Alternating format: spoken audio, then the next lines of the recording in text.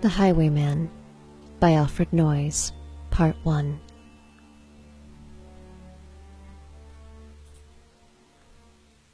The wind was a torrent of darkness among the ghostly trees. The moon was a ghostly galleon tossed upon the cloudy seas. The road was a ribbon of moonlight over the purple moor, and the highwayman came riding, riding, riding. The highwayman came riding up to the old inn door. He'd a French cocked hat on his forehead, a bunch of lace at his chin, a coat of clary velvet, and breeches of brown doe skin. They fitted with never a wrinkle, his boots were up to the thigh, and he rode with a jeweled twinkle, his pistol butts a twinkle, his rapier hilt a twinkle under the jeweled sky. Over the cobbles he clattered and clashed in the dark inn yard. He tapped with his whip on his shutters, but all was locked and barred. He whistled a tune to the window, and who should be waiting there but the landlord's black-eyed daughter, Bess, the landlord's daughter, plaiting a dark red love knot into her long black hair. And dark, in the dark old inn yard, a stable wicket creaked, where Tim the ostler listened, his face white and peaked. His eyes were hollows of madness, his hair like mouldy hay. But he loved the landlord's daughter, the landlord's red-lipped daughter.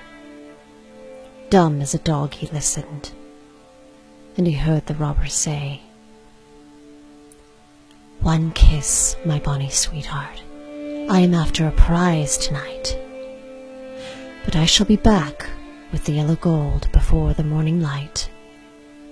Yet, if they press me sharply and harry me through the day, then look for me by the moonlight. Watch for me by the moonlight.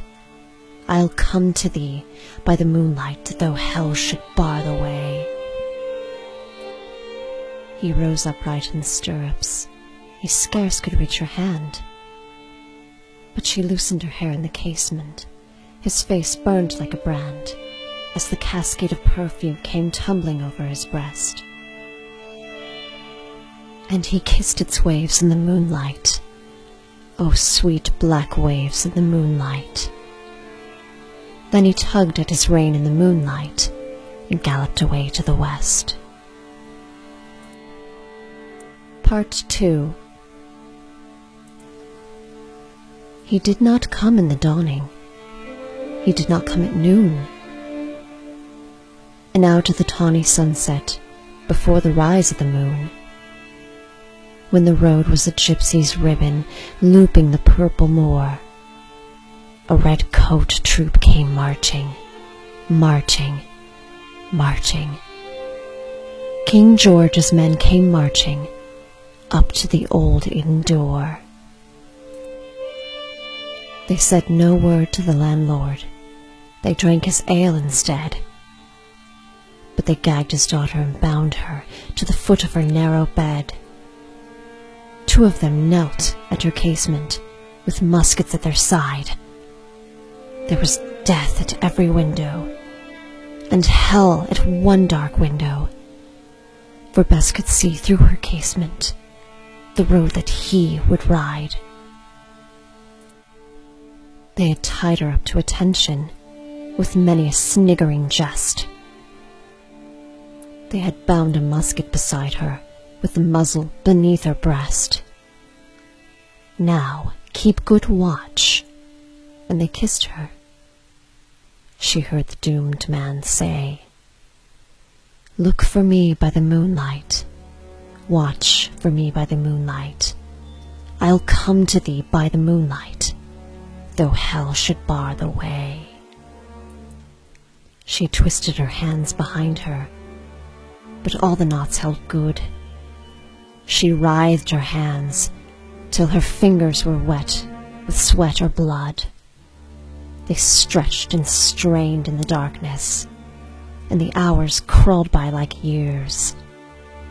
Till now, on the stroke of midnight, cold on the stroke of midnight, the tip of one finger touched it. The trigger, at least, was hers. The tip of one finger touched it. She strove no more for the rest. Up she stood, up to attention, with the muzzle beneath her breast. She would not risk their hearing, she would not strive again, for the road lay bare in the moonlight, blank and bare in the moonlight, and the blood of her veins in the moonlight throbbed to her love's refrain. Toddlot, Toddlot. Had they heard it? The horse hoofs ringing clear, Toddlot, Toddlot. In the distance, were they deaf, that they did not hear? Down the ribbon of moonlight, over the brow of the hill, the highwayman came riding, riding, riding. The redcoats looked to their priming. She stood up, straight and still. Toddlot in the frosty silence, Toddlot in the echoing night. Nearer he came and nearer. Her face was like a light. Her eyes grew wide for a moment. She drew one last deep breath. Then her finger moved in the moonlight. Her musket shattered the moonlight, shattered her breast in the moonlight, and warned him with her death. He turned. He spurred to the west. He did not know who stood, bowed with her head over the musket, drenched with her own blood.